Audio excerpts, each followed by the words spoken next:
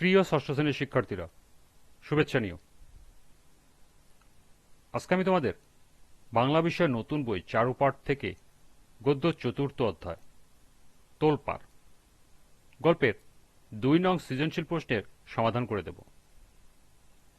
প্রথমে তোমাদের বলবো, যারা আমার চ্যানেলটি সাবস্ক্রাইব করো নাই তারা আমার চ্যানেলটি সাবস্ক্রাইব করবে এবং আমার সাথে থাকবে। তাহলে চলো আমরা ক্লাস শুরু করি। তোলপাড় গল্পের সৃজনশীল প্রশ্ন ২।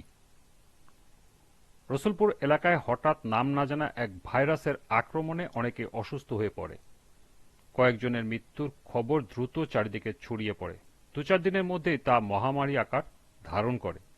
এলাকার মানুষ ভয়ে অন্যত্র চলে যাচ্ছিল। এসব দেখে নিঃসন্তান বিধবা করিমুন্নেছা তার বাড়ির যুবক ছেলেদেরকে অসুস্থ লোকদের সহায়তার পরামর্শ দেন। বাড়ির কিছু ছেলে এই পরামর্শ না শুনে ভয়ে এলাকা ছেড়ে চলে যায়, আর অন্যরা বাড়িতে নিরাপদ দূরত্বে অবস্থান নেয়। এসব দেখে করিমুন্নেছা মর্মাহত হয়ে নিজেই অসুস্থ রোগীদের সেবা শুরু করলেন এবং অনেককেই সুস্থ করে তুললেন। প্রথম প্রশ্ন, সাবু চিৎকার করে কাকে ডাকছিল? দ্বিতীয় প্রশ্ন, আমার মাকে আপনি চেনেন না কথাটি সাবু কেন বলেছিল?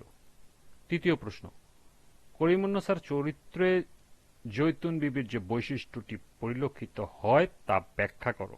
এবং সর্বশেষ প্রশ্ন, করিমুন্নেছার বাড়ির ছেলেদের কর্মকাণ্ড তোলপাড় গল্পের প্রতিচ্ছবি। গল্পের আলোকে মন্তব্যটি বিশ্লেষণ করো। তো চলো এখন আমরা এই 4টি প্রশ্নের সমাধান দেখে নিই। প্রথম প্রশ্ন ছিল, সাবু চিৎকার করে কাকে ডাকছিল? সাবু চিৎকার করে তার মাকে ডাকছিল। কিশোর সাবু গায়ের সড়কে শহর থেকে পালানো হাজার হাজার মানুষ দেখে অবাক হয়, তাই সে চিৎকার করে মাকে ডাকছিল। দ্বিতীয় প্রশ্ন, আমার মাকে আপনি চেনেন না কথাটি সাবু কেন বলেছিল? নিজের মায়ের আত্মসম্মানবোধ সম্পর্কে সাবু আলোচ্য কথাটি বলেছে। পাকিস্তানি সেনাদের ভয়ে পলায়নরত মিসেস রহমানকে সাবু পানি পান করায়। এর জন্য তিনি সাবুকে কিছু কিনে খাওয়ার জন্য ৫ টাকা দিতে চান, কিন্তু সাবু তা নিতে অসম্মতি জানায় এবং বলে সে যদি টাকা নেয় তবে তার মা তাকে বাড়ি থেকে বের করে দেবে। তখন তিনি সাবুকে বলেন যে তার মা কিছু বলবে না। এর পরিপ্রেক্ষিতে সাবু আলোচ্য কথাটি বলে। তৃতীয় প্রশ্ন ছিল, করিমুন্নেছার চরিত্রে জৈতুন বিবির যে বৈশিষ্ট্যটি পরিলক্ষিত হয় তা ব্যাখ্যা করো। জৈতুন বিবির নিঃস্বার্থভাবে অসহায় মানুষের প্রতি সাহায্য করার মনোভাবের বৈশিষ্ট্য করিমুন্নেছার চরিত্রের মধ্যে পরিলক্ষিত হয়।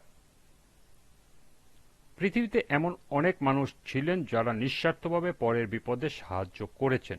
বিপদগ্রস্তকে সাহায্য সহায়তা করাকে ব্রত হিসাবে নিয়ে জীবন অতিবাহিত করেছেন, যার জন্য তারা মৃত্যুর পরও মানুষের হৃদয়ে বেঁচে আছেন। উদ্দীপকে করিমুন্নেছা তার সন্তানদের প্রতি অগাধ স্নেহ পোষণ করেন। করিমুন্নেছা বাস্তব পরিস্থিতি সম্পর্কে সচেতন এবং সেই অনুযায়ী সিদ্ধান্ত নিতে সক্ষম। করিমুন্নেছা দৃঢ় মানসিকতার অধিকারী, যা তাকে প্রতিকূলতার বিরুদ্ধে দাঁড়াতে সাহায্য করে। করিমুন্নেছা অজানা ভাইরাস আক্রান্ত লোকদের সেবা দিয়ে অনেককে সুস্থ করে তোলেন। তোলপাড় গল্পে জৈতুন বিবিও তার পরিবারের প্রতি এককভাবে যত্নশীল। জৈতুন বিবিও কঠিন পরিস্থিতিতে ধৈর্য ধরে পরিস্থিতি মোকাবেলা করেন। জৈতুন বিবি নিজে যুদ্ধের সময় অসহায় মানুষকে সাহায্য করেছিলেন এবং ছেলেকে উৎসাহিত করেছিলেন, আর বিপদগ্রস্ত মানুষের কাছ থেকে প্রতিদানে কিছু পাওয়ার আশা করতে নিষেধ করেছেন। সুতরাং বলা যায় নিঃস্বার্থ সেবার মনোভাবের বৈশিষ্ট্যই উভয় চরিত্রে প্রতিফলিত। সর্বশেষ প্রশ্নটি ছিল, করিমুন্নেছা বাড়ির ছেলেদের কর্মকাণ্ড তোলপাড় গল্পের প্রতিচ্ছবি। গল্পের আলোকে মন্তব্যটি বিশ্লেষণ করো।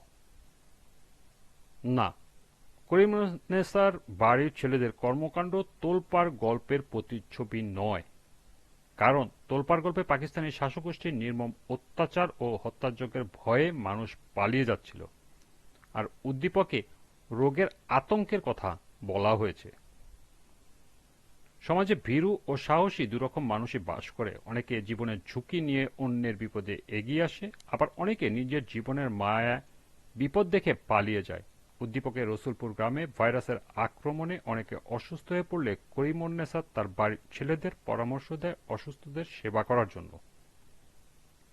কিন্তু বাড়ির কিছু ছেলে ভয়ে এলাকা ছাড়ে, অন্যরা নিরাপদ দূরত্বে অবস্থান নেয়।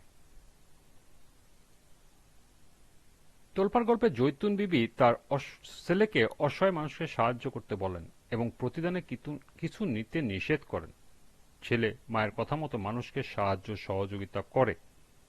উদ্দীপকের ছেলেরা বিপদগ্রস্ত মানুষকে সেবা করার বদলে পালিয়েছে, অন্যদিকে সাবু বিপদগ্রস্ত মানুষকে যথাসাধ্য সাহায্য করেছে। তাই বলা যায় করিমুন্নেছা বাড়ির ছেলেদের কর্মকাণ্ড তোলপাড় গল্পের প্রতিচ্ছবি।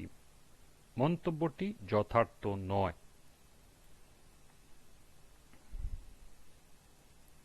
এই ছিল 2 নং সৃজনশীলের 4টি প্রশ্নের সমাধান। আজকের ক্লাসটি এ পর্যন্তই।